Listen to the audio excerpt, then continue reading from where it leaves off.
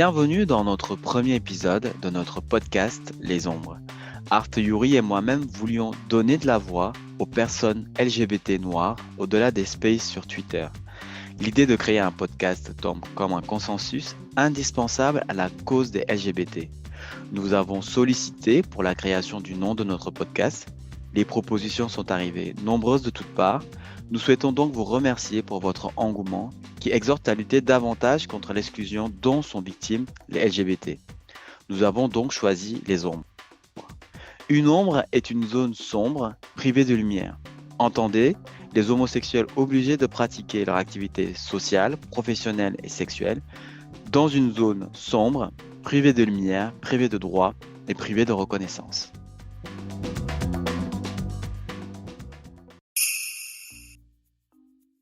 Bonjour tout le monde, je m'appelle Bueno.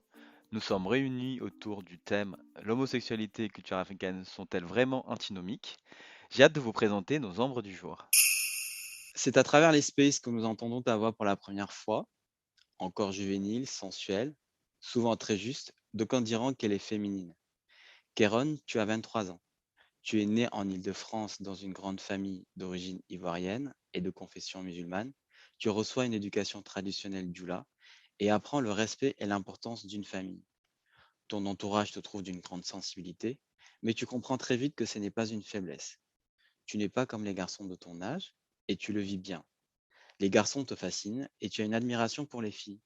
Tu découvres l'importance de placer le bonheur au centre des préoccupations à travers L'homme qui voulait être heureux de Laurent Gounel et le film À la recherche du bonheur. Tu adores La chambre de Giovanni de James Baldwin, peut-être lu à un moment de doute et de questionnement sur ta sexualité. Comme nul n'est parfait, tu comptes parmi tes meilleurs films Karate Kid et Don't Breath. Kéron, nous avons le plaisir de t'accueillir comme notre première ombre. Bonjour Kéron.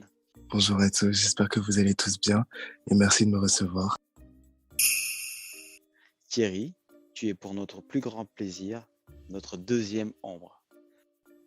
Je dois t'avouer que préparer ta présentation n'a pas été chose aisée.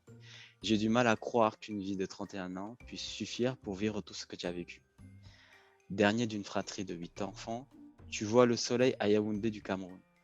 Tu reçois une éducation hybride, sévérité d'un père militaire et douceur et tendresse d'une mère poule, mélangeant aussi une culture européenne et africaine. Garçon, tu aimais porter tes cheveux longs, quitte à ressembler à une fillette, ce qui t'expose très vite au regard inquisiteur de ton entourage. Très tôt, on t'encourage à verbaliser tes pensées et à t'affirmer, comme si on présageait déjà que tu serais différent. Tu découvres ton attirance pour le corps des garçons à la gym, dans un internat en Espagne. Ton monde s'effondre après le décès de ton père à tes 11 ans. La cohésion et l'ordre familial sont perturbés, cela te peine. Tu décides de retourner au Cameroun, mais la réalité te fait très vite déchanter. L'homophobie y est monnaie courante. Pour défendre ton honneur, tu écopes d'un séjour carcéral, bref mais douloureux. Le retour en Europe ainsi sonne comme une évidence pour toi. Tu te réfugies dans les paroles de la musique d'Aretha Franklin, Whitney Houston ou encore Bob Marley. Tu veux te débarrasser de cette colère qui t'habite et décides de mettre l'amour dans toutes tes interactions. Tu te décris comme un amoureux de l'amour. Tu es un dad dog d'un petit bichon nommé Kenza. Bienvenue Thierry et bonjour, j'espère que tu vas bien. Coucou Thierry, Bienvenue à toi Thierry. ça va? Ça va et vous? Ça va, je suis content de vous voir. Première question à Kéron. Comment on désigne les homosexuels dans ton pays? Alors, il y a plusieurs termes qui peuvent être utilisés, mais je pense que couramment, c'est, en fait, ça dépend réellement de comment tu veux que la personne se sente quand tu t'adresses à elle. Mais il y a des gens qui utilisent tout simplement le terme homosexuel ou gay. Il y a d'autres personnes qui utilisent le terme woubi. Euh, et il y a aussi le terme yorsi. Ça, c'est du nushi. Ou sinon, en djoula, moi, ce que j'ai souvent entendu à mon égard, c'est Tchete Moussote. Et en fait, ça veut dire ni homme ni femme. Cette personne n'est ni un homme ni une femme, en gros. D'accord. Mhm. Et toi Thierry, dans ton pays, au Cameroun?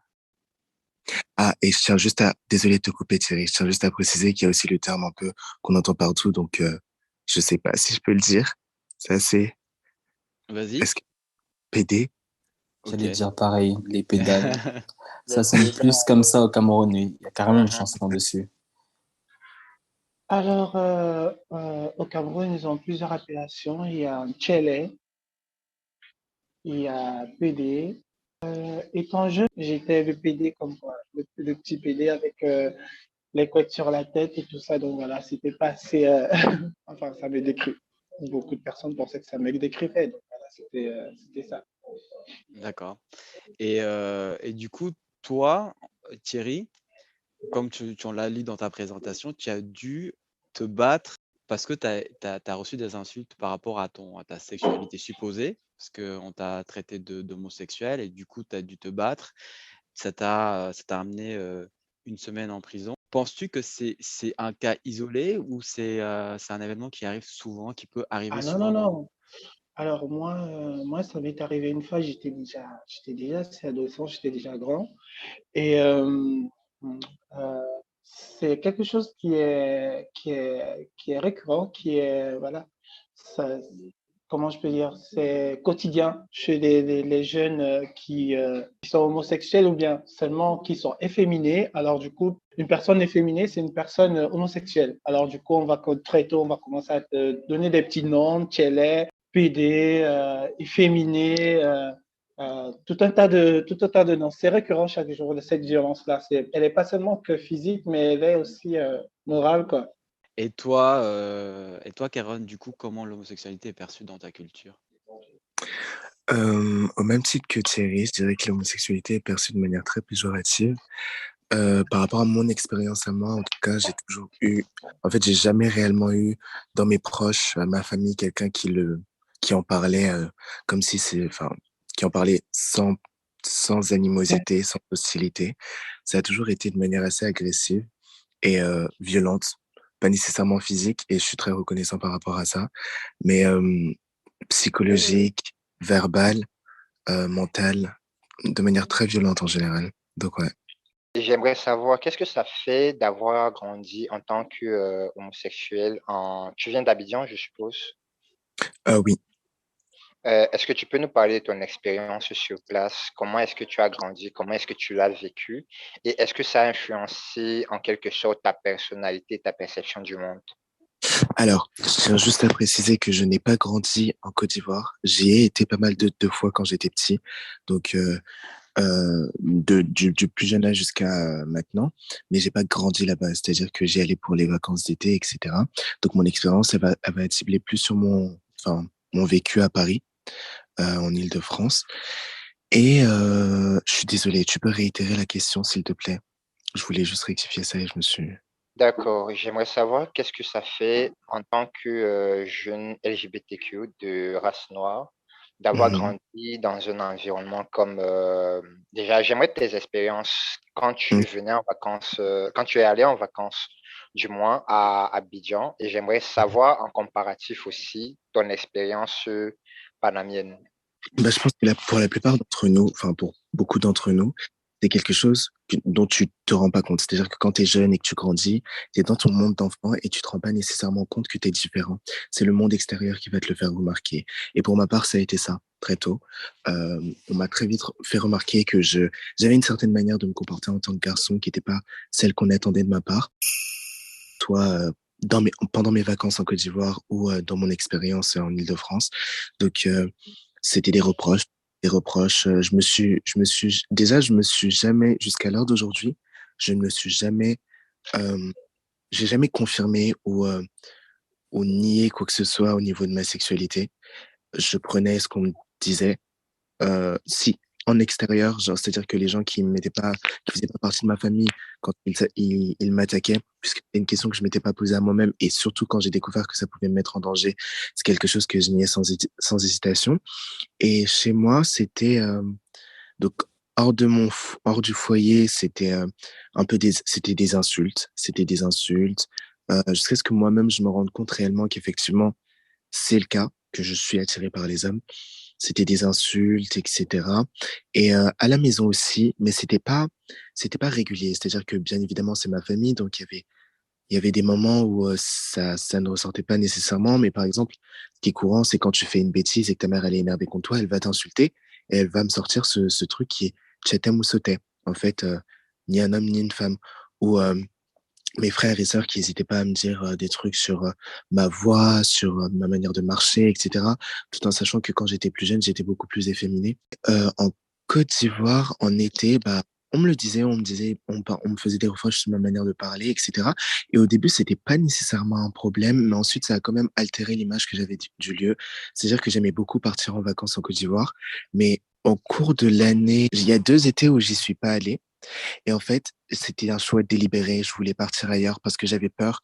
Je grandissais, je prenais conscience de réellement toute l'implication et tout l'impact que ma sexualité aura et a sur ma vie et ce que les confrontations pourraient amener au sein de ma famille, etc. Et donc, j'avais une crainte, en fait. J'avais peur d'être avec la famille et qu'un jour, un oncle, une cousine, un cousin, une tante disent quelque chose devant ma famille et que ce soit juste le moment où tout explose, en fait. Donc, à partir d'un moment, j'ai arrêté de partir en Côte d'Ivoire, malgré que ça me manquait énormément. Et parce qu'en fait, je le voyais comme... en fait, pour moi, c'était un environnement presque dangereux. Parce que la violence, je dirais, elle était plus forte. Je dirais, elle était plus forte en Côte d'Ivoire. Et j'aimerais savoir, Kéron, est-ce que c'était une violence physique ou juste verbale? Comment tu Non, la ressentais à ton intérieur? justement. Et est-ce Comme- que à ce moment-là, tu avais déjà conscience que tu étais différent, que tu étais homosexuel? Tu avais déjà oui, intégré cette information? oui, justement, quand j'ai décidé d'arrêter d'y aller, quand j'ai pris, entre guillemets, cette pause et que j'ai voyagé ailleurs pendant les étés, j'avais conscience. Et c'est ce qui faisait justement que j'avais peur de me rendre sur place parce que je sais pas, c'est comme si j'avais peur qu'on le lit sur mon front. Pour répondre à la question du riz, euh, alors non, c'était, j'ai, je, je veux dire, je dis souvent que je suis reconnaissant parce que ça pourrait être, je pense que ça aurait été un peu plus compliqué pour moi si ça avait été physique, mais ça n'a jamais été physique. C'était plus psychologique et mental et verbal. Et c'était pas nécessairement des trucs qui m'étaient adressés directement à moi. C'est-à-dire que des fois, c'est juste des discussions. T'es avec ta famille, il y a des discussions, il y a quelque chose il y a un- il y a une série, il y a quelque chose qui se passe à la télé, et là, on commence à avoir une conversation dessus.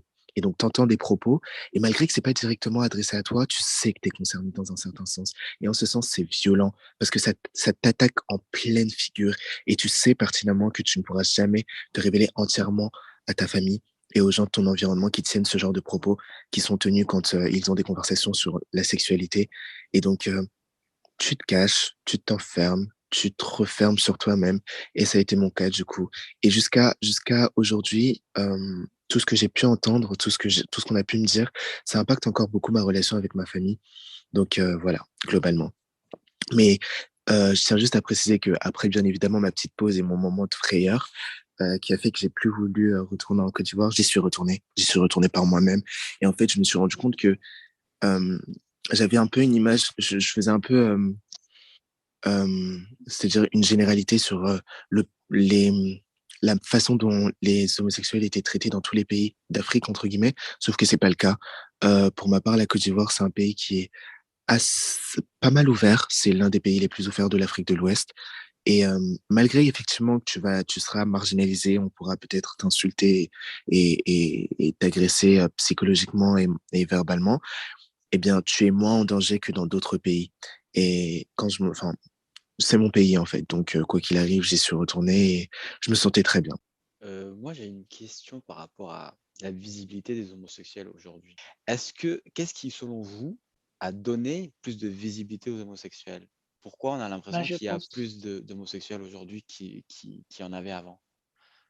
je pense juste que c'est parce que les homosexuels, surtout en Afrique ou bien par exemple au Cameroun, ils ont décidé de vivre leur vie tout simplement et donc d'accepter leur sexualité et de la D'accord. vivre tout simplement. Alors du coup, l'adversaire, la personne, excusez-moi du mot, l'adversaire, la personne en face de toi va voir qu'en fait, comme, comme actuellement, tu t'acceptes, tu décides de vivre ta vie, alors pour lui, ça va être comme un problème. Donc, il va voir il traverse la route, il va voir qu'il y a un homosexuel en face, il y a un autre là-bas.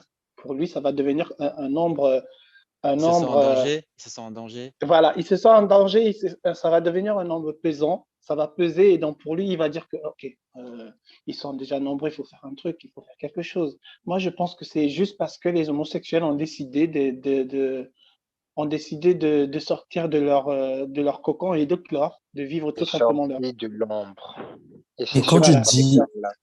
mais quand tu dis, Thierry, vivre leur homosexualité et la vivre ouvertement, quand on prend le contexte africain, est-ce qu'ils le vivent vraiment à l'extérieur, en se montrant aux alors, yeux du monde, ou je vais c'est parler un du peu cas du caché? Cameroun parce que je connais du Cameroun. Il faut savoir qu'au Cameroun, comme partout ailleurs d'ailleurs, il y a deux types de personnes. Il y a des personnes extraverties, il y a des personnes introverties. Donc, il y a des gays introvertis qui n'osent pas vivre leur vie ouvertement dehors, comme, euh, comme, euh, comme tout le monde. Et maintenant, ceux-là, ils restent frustrés et parce qu'ils ont peur de ce que le qu'en diront-tu et de la société et des lois et des lois que la société a mis contre eux. Maintenant, il y a ces personnes-là, celles-là, qui sont extraverties, qui, eux, elles vivent leur vie ouvertement, malgré les bastonnades, malgré les menaces de meurtre, malgré la religion, malgré les mœurs de la population et autres machins. Ils vivent quand même leur vie. Moi, j'en ai connu plusieurs. J'en ai connu plusieurs avant le phénomène. Le phénomène, il s'appelle comment? Shakiro, qui est au Cameroun. Il y a eu voilà. Il y a eu bien d'autres. Il y a eu Naomi. Naomi, qui est une personne que j'ai beaucoup aimée, que j'ai fréquentée d'ailleurs quand j'étais au Cameroun. Une personne ouvertement homosexuelle et étrangère, mais qui n'a pas pu aller au bout de sa transformation parce que elle a été arrêtée plusieurs fois, battue plusieurs fois, défigurée plusieurs fois. Donc, il y a ces Oui, parce personnes-là. rappelons-le quand même, le Cameroun est un pays où Exactement. l'homosexualité est interdite et est punie par la loi. Est ouvertement homophobe, le Cameroun. Donc voilà. Et Donc c'est interdit par la loi, surtout. oui, et c'est interdit par la loi, mais Naomi, pardon, Naomi, si je peux dire, en quelque sorte, elle a mis les autorités à genoux. À un moment donné, arrêter Naomi chaque jour, ça devenait pesant. Et jusqu'à ce que elle a disparu, je ne sais pas où elle se trouve actuellement. Euh, voilà, ça a toujours été comme ça. C'est vrai, la loi au Cameroun aujourd'hui punit les personnes homosexuelles. Du coup, tu nous dis que même malgré la loi qui punit les Oui, homosexuels par de malgré l'emprisonnement la ou des loi, amendes, les personnes voilà, homosexuelles vivent quand même ouvertement leur sexualité vivent aux yeux de ouvertement tous. leur vie. Voilà, malgré les Donc, bastonnades, Au ça péril malgré de leur existe. vie. les Ok. menaces de meurtre, au péril de leur vie. Ou est-il possible pour eux de réellement vivre ouvertement leur vie?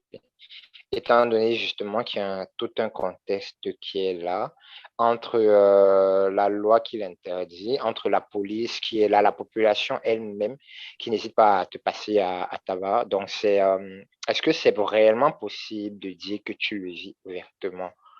Parce que l'hostilité est là et elle reste quand même carrément présente. Bon, C'est une je survie pense que peut-être. ces personnes vont vivre, si le Cameroun va accepter un jour que les personnes homosexuelles vivent leur vie, ça, je ne sais pas.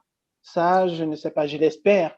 Ça, c'est une utopie que je garde quelque part dans le coin de ma tête et de mon cœur, que j'espère qu'un jour, les mœurs vont évoluer et que voilà, le Cameroun va permettre ce truc puisse être réalisable. Voilà. Là, on est dans le contexte du Cameroun, mais si on se rapproche par exemple de ce que Kéron nous disait tout à l'heure par rapport à la Côte d'Ivoire, il disait que par rapport à l'homosexualité en Côte d'Ivoire, c'était beaucoup plus ouvert. Donc, Kéron, est-ce que tu peux nous en dire Justement. plus par rapport à ça? Est-ce que tu peux nous en dire plus? Je vais essayer de répondre à plusieurs trucs qui ont été dits. Juste, nous demander si on pensait que réellement il y avait plus d'homosexuels qu'avant ou, enfin, et s'il y avait Oui, plus la d'homosexuels. question de tout début. Oui, c'est Moi, ça, je, ouais. moi, je pense qu'avec C'est ça. avec Internet et avec toute la représentation qu'il y a à l'heure actuelle, les gens ont plus de courage. Donc, que ce soit de par la diaspora, une personne du continent va voir qu'effectivement, il y a peut-être un Camerounais de la diaspora, un Camerounais qui a peut-être émigré en Europe et qui a peut-être, je sais pas, son compte TikTok, son compte Instagram, son compte Twitter ou YouTube et qui vit sa vie en fait. Même si cette personne-là, elle a peut-être sa famille contre lui ou contre elle, eh ben, cette personne-là vit sa vie. Et donc, en ce sens, je pense que les gens parviennent à avoir le courage de s'affirmer un peu plus et et ils prennent en fait conscience que peut-être qu'il y a des gens qui leur ressemblent. Donc, ils ont le droit d'exister. Et c'est peut-être ce qui donne le courage aux gens de continuer à exister. Parce qu'à un moment donné, je pense que dans l'oppression, il y a toujours ce moment où, en fait, tu ne peux plus pousser le bouchon. Et donc, la personne que tu opprimes, elle va nécessairement push back et elle va se défendre. Et elle va Exactement. décider qu'elle a le droit d'exister. Et elle va, en fait, prendre les libertés qui lui ont été prises, en fait. Voilà un peu sur ça. Ensuite, il y a Art qui demandait si c'était possible de vivre dans un pays africain sans postérité. Je suis désolé si je déforme la question, n'hésite pas à me corriger. C'était Mais plutôt dans le sens de dans le, la sphère en fait ivoirienne, parce que Thierry nous a raconté son expérience au Cameroun. On a vu qu'il y avait du coup mm, des lois contre l'homosexualité, que c'était même puni par la mm, loi du coup camerounaise. Et tu nous as dit tout mm, à l'heure que l'homosexualité était beaucoup plus ouverte en Côte mm, d'Ivoire. mm. Bah, en fait, comme je le disais, par exemple, la représentation, l'existence des Woubi, on va dire, en Côte d'Ivoire, c'est quelque chose que les gens savent, en fait. Parce que, par exemple, il y a un documentaire qui s'appelle Woubi Chéri, qui est sorti, il me semble, en Ouais, 1998, dans les années 90, et qui justement permettait donc aux homosexuels d'expliquer un peu comment les relations étaient régies, comment ça fonctionnait, qui était entre guillemets l'homme et entre guillemets la femme, parce que c'est comme ça que ça fonctionne aussi beaucoup en Côte d'Ivoire, je vais dire. Je peux pas dire toute l'Afrique, mais en Côte d'Ivoire, il y a ouais, toujours de qui est l'homme et qui est la femme. Donc, en fait, c'est vraiment un documentaire qui ouvrait les yeux et permettait aux gens qui avaient de la curiosité d'en savoir un peu plus sur le fonctionnement des relations homosexuelles. Et en fait, il n'y a pas de loi qui criminalise l'homosexualité en Côte d'Ivoire, mais c'est pas quelque chose qu'on veut nécessairement légaliser. Euh, Parce que très rapide, en fait, ça dérange pas mal de gens parce que les religions sont très présentes en Côte d'Ivoire, comme dans beaucoup de pays en Afrique. Et, mais c'est pas quelque chose contre lequel c'est-à-dire que les gens ne se lèvent pas le matin en se disant qu'ils veulent, qu'ils ont besoin de frapper sur un homosexuel. Ça peut arriver, mais c'est pas quelque chose qui se fait très fréquemment. C'est-à-dire que on les voit, ils sont partout, ils sont dans le divertissement, ils sont à la télé. On leur donne des plateformes pour s'exprimer. Ils ont une audience sur Internet. Il y a plusieurs web humoristes ou etc. qui le sont, même s'ils l'affirment pas à 100%, et enfin, qui sont soupçonnés de l'être dans ce cas, parce que je vais pas dire ils le sont, c'est pas correct. Euh, exactement, c'est pas correct. c'est pas correct. Et en fait, il y a plein de gens qui le soupçonnent. Bien évidemment, il y a ce qu'on appelle les haters qui vont passer leur temps à les insulter, etc. Mais il y a aussi pas mal de gens qui vont les soutenir, en fait, malgré qu'ils ne correspondent pas à exactement ce qu'on attend d'un homme dans la société africaine. Ils sont quand même soutenus. Donc, je pense que, et ça, même si ça renvoie pas directement à la sexualité, le fait déjà de déroger, entre guillemets, à la règle d'or de ce qu'est un homme, je pense que c'est déjà une bonne représentation de ce qui sort un peu des limites qui sont posées par les sociétés africaines. Et donc non, c'est pas criminalisé, c'est pas. Je pense c'est l'un des pays où il y a le moins d'acharnement contre les homosexuels à l'heure actuelle en Afrique de Est-ce que l'Ouest. du coup, il y a des endroits où les homosexuels peuvent se retrouver, par exemple, et vivre leur homosexualité, du coup, en dehors du contexte religieux et du regard des autres? Alors moi, Est-ce qu'il y a plus, plus? oui, en fait, c'est-à-dire que c'est pas explicitement dit. C'est-à-dire qu'il y aura des lieux sur lesquels on sait qu'on peut se rendre pour rencontrer majoritairement un public homosexuel, mais ce sera pas dit. C'est-à-dire qu'on on va pas parler de, je sais pas, euh, a gay bar. Genre, on n'a pas de nom de bar ou de boîte de nuit où il est dit clairement, ça, c'est une boîte gay. C'est-à-dire que sur papier, c'est pas ça, mais on sait que c'est l'endroit où les gens se rendent pour ça. En Côte d'Ivoire, il y en a plusieurs. Il me semble qu'il y avait, à une certaine époque, il y avait la forêt du Banco où les gens se rendaient pour des rencontres. Euh, Même dans les journaux, à l'époque où il n'y avait pas les sites de rencontres, certaines personnes utilisaient les journaux pour faire des annonces et rencontrer des gens. Il me semble que, euh, je veux pas dire de bêtises, du coup, je vais pas en dire plus, mais je sais qu'il y a des endroits, il y a des boîtes et des bars qui sont connus pour euh, accueillir euh, the gay crowd.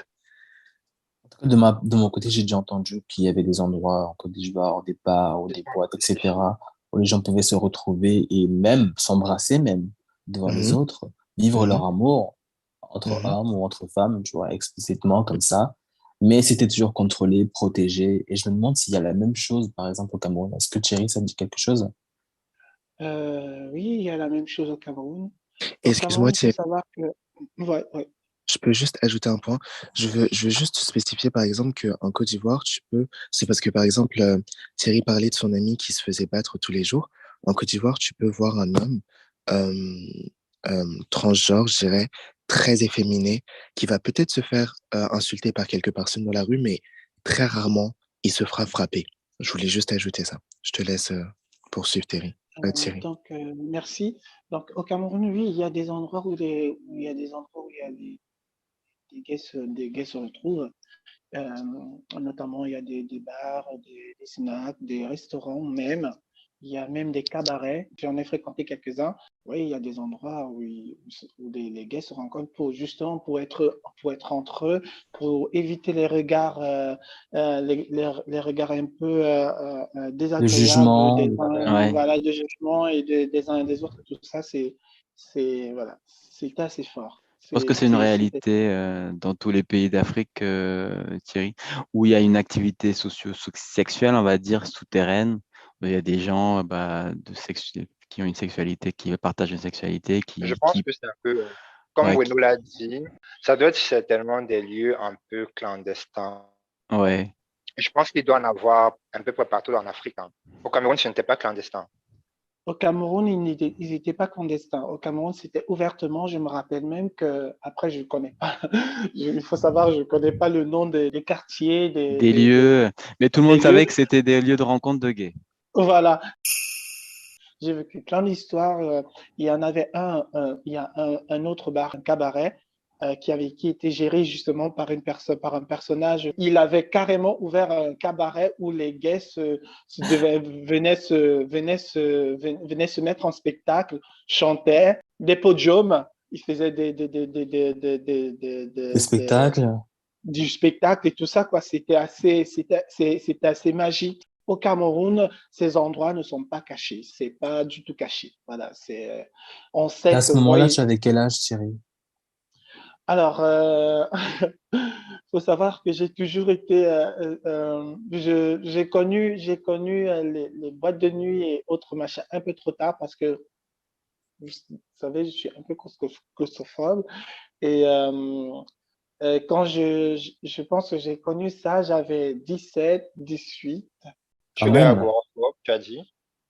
Ouais, Thierry, tu utilises ouais. beaucoup le terme adversaire. Est-ce que pour toi, te lever et marcher dans les rues du Cameroun à cette période-là était comme une sorte de combat?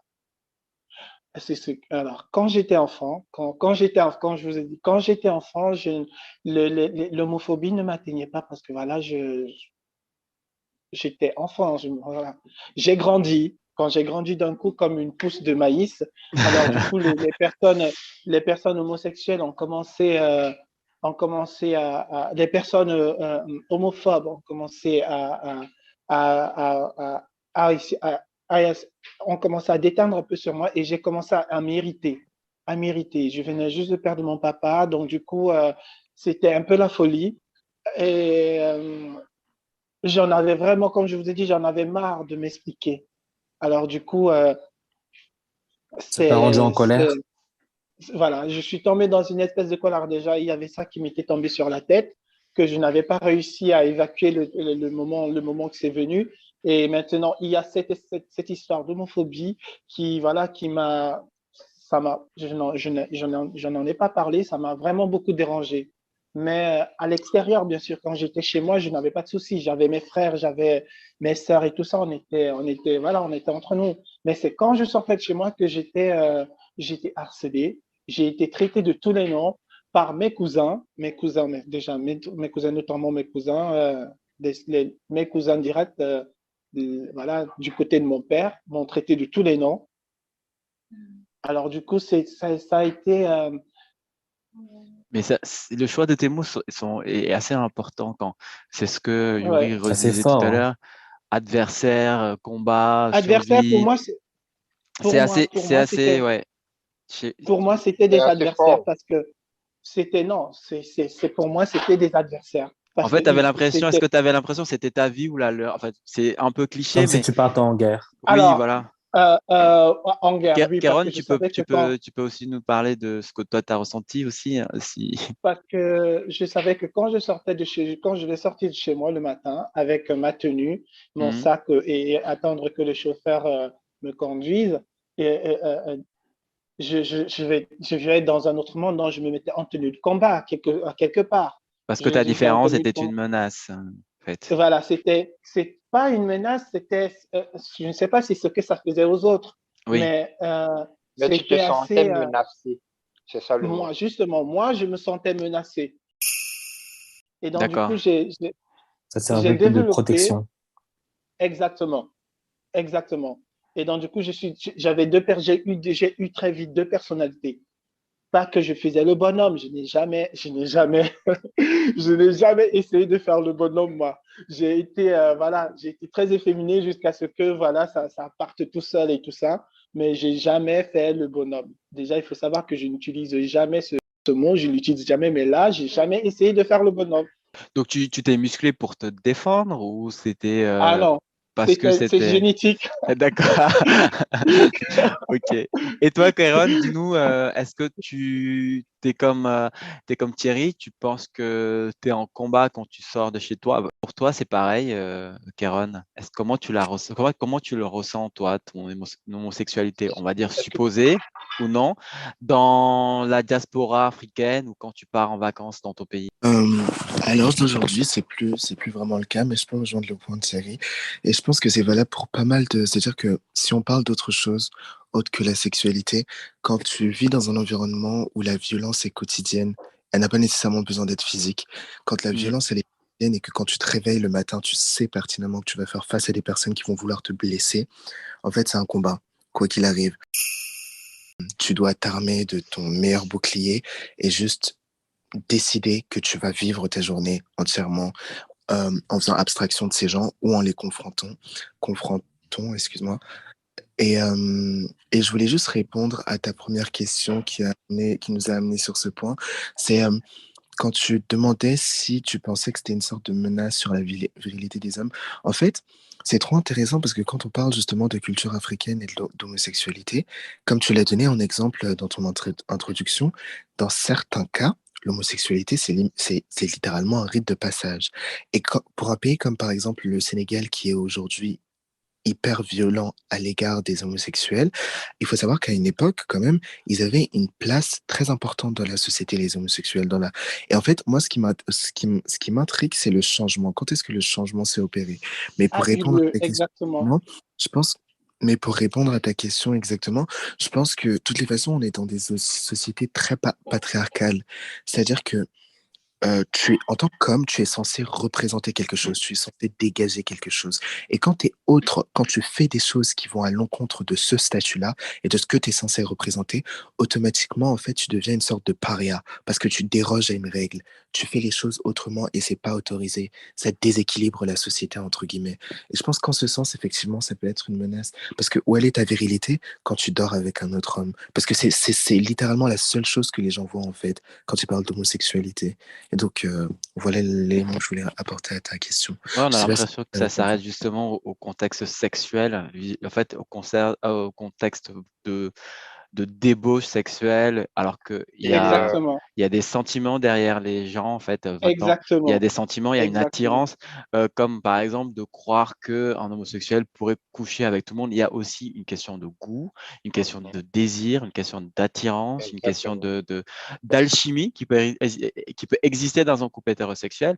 Il y a tout D'amour ça entre deux qui, personnes. d'amour, exactement, d'amour. Et en fait, c'est pas seulement un contexte sexuel où on a envie de passer à une débauche et de voilà. Hum, Kéron pointait quelque chose d'intéressant tout à l'heure quand il a dit à quel moment il y a eu un changement. J'entends souvent certains cas qui disent que il y a des changements qui sont opérés, par exemple, à cause de la colonisation, par exemple, avec la Exactement, religion, tout ça, tout ça. exactement, Qu'est-ce que vous en pensez? exactement. Oui, Kéron, vas-y.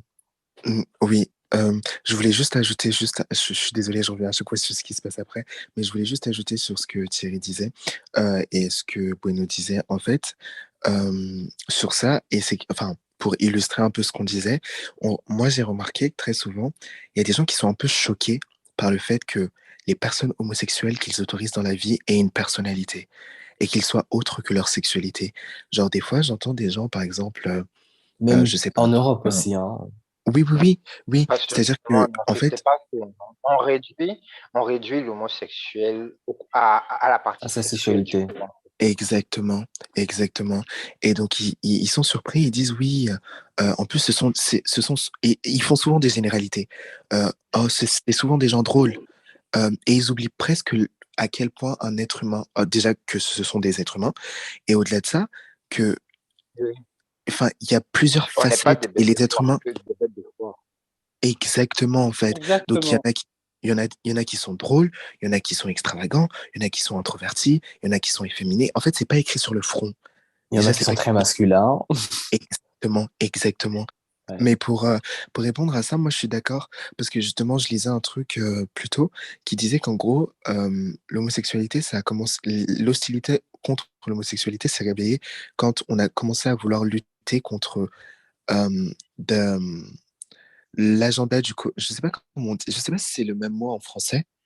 Euh, Quand on dit, par exemple, the colonialism agenda, L'agenda du colonisateur. c'est-à-dire qu'ils ont comme des objectifs à atteindre. En fait, ça fait partie du processus de colonisation. C'est quelque chose qui a été importé euh, par les colonisateurs, en fait. Et dans cette Exactement. volonté de lutter, Tu parles de quoi? De l'homophobie, de l'homosexualité? De de l'hom- l'homophobie, Ah, voilà, d'accord, ok. du l'homophobie. Ok, changement, Voilà. parce qu'on parlait du ok. changement, justement, à quel moment il s'est opéré. Et moi, je lisais, enfin, il y a des gens qui ont pour théorie que, justement, cette hostilité-là envers l'homosexualité s'est réveillée quand les gens ont commencé à lutter contre les colonisateurs. Donc, parce que dans leur imaginaire, enfin, dans leur manière de voir les choses, c'est eux qui ont apporté ça. Donc, dans un désir de lutter et de C'est eux chasser qui tout ont ce que ça apporté a quoi? apporté, L'homophobie ou l'homosexualité pour reprendre Le, mo- la question de Ce Bruno. sont eux qui ont apporté l'homophobie. L'homosexualité a toujours été présente dans la culture africaine.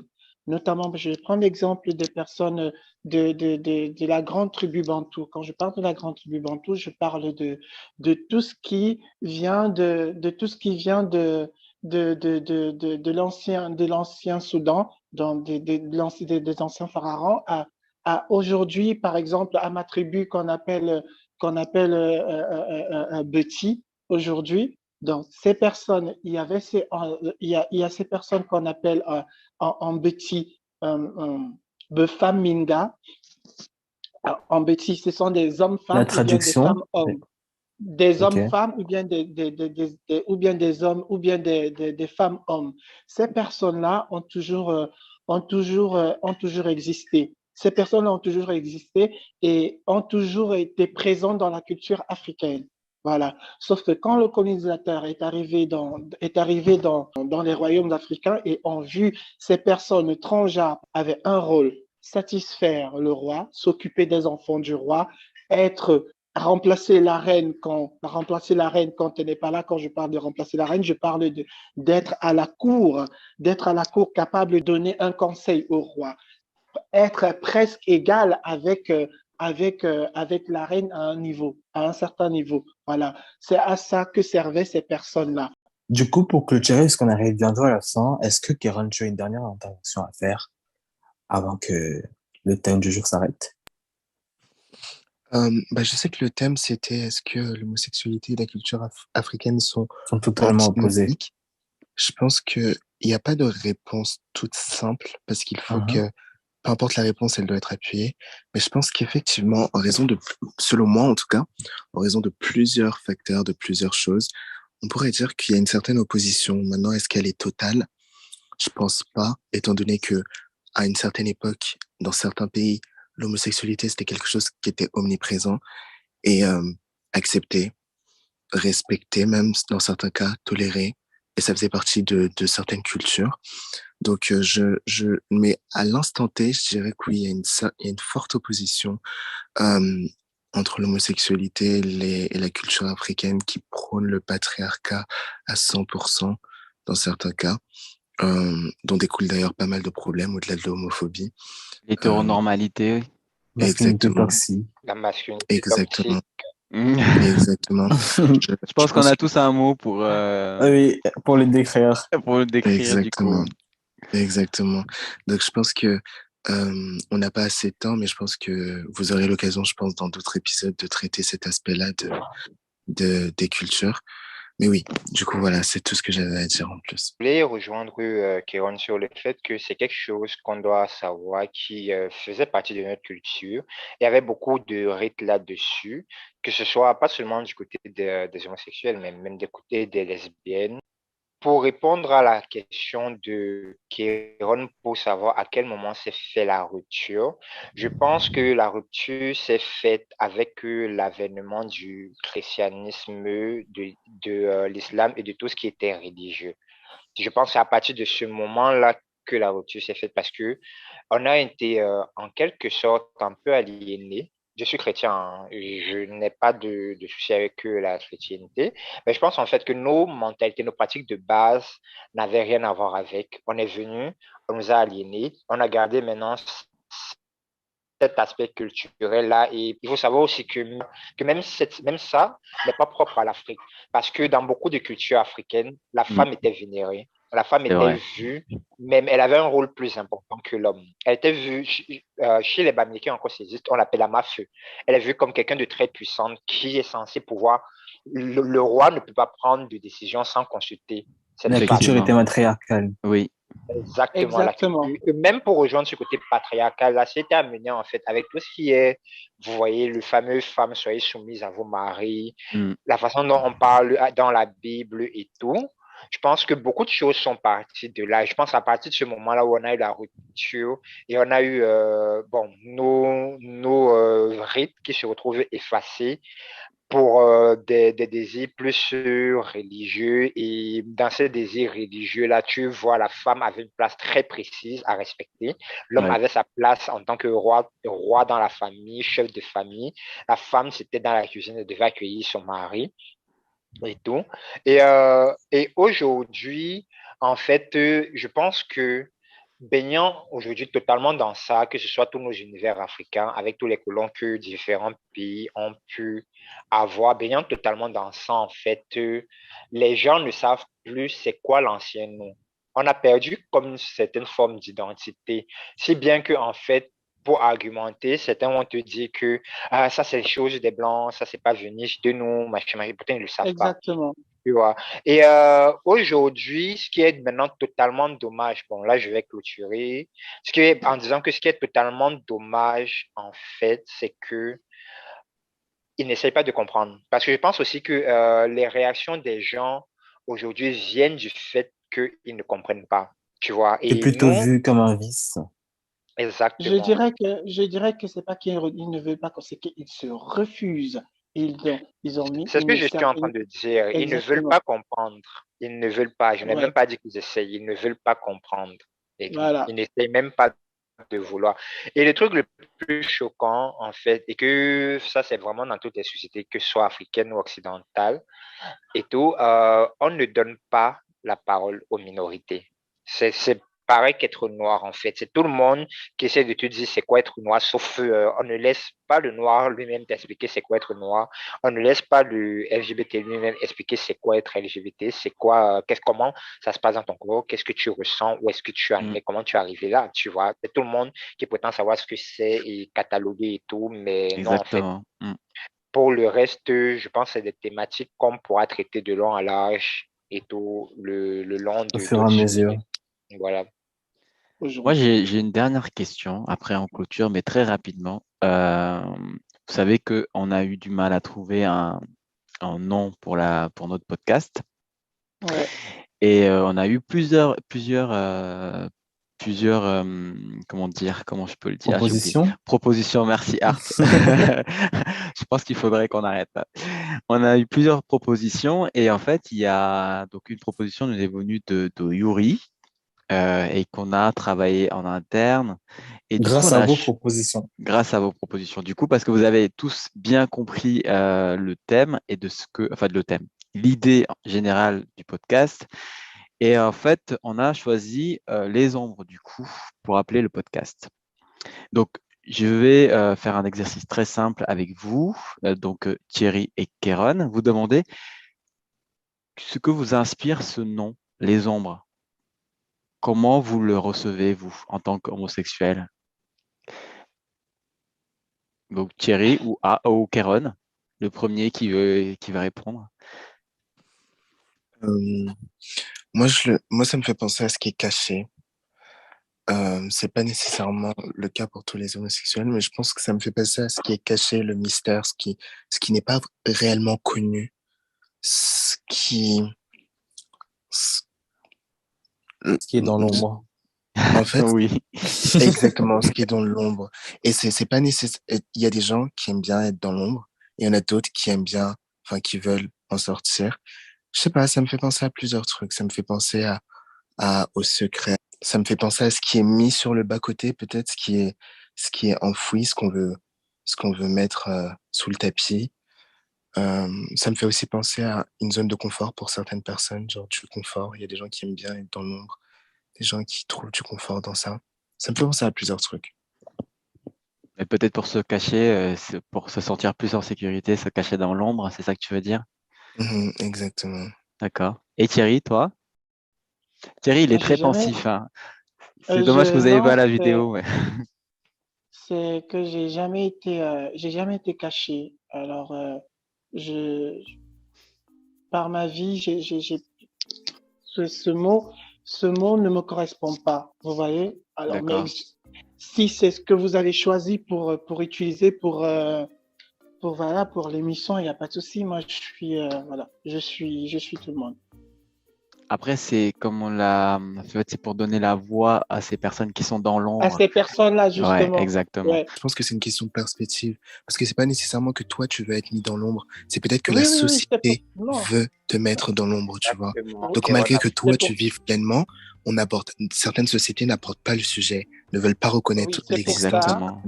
En tout cas, Ouais. merci à tous d'être Au intervenus pour revoir. votre temps. Merci. Merci beaucoup. Merci tout le Bye. monde. Bye, bisous, guys. À la Bye. prochaine. Bye. Vous êtes tous beaux. Tous.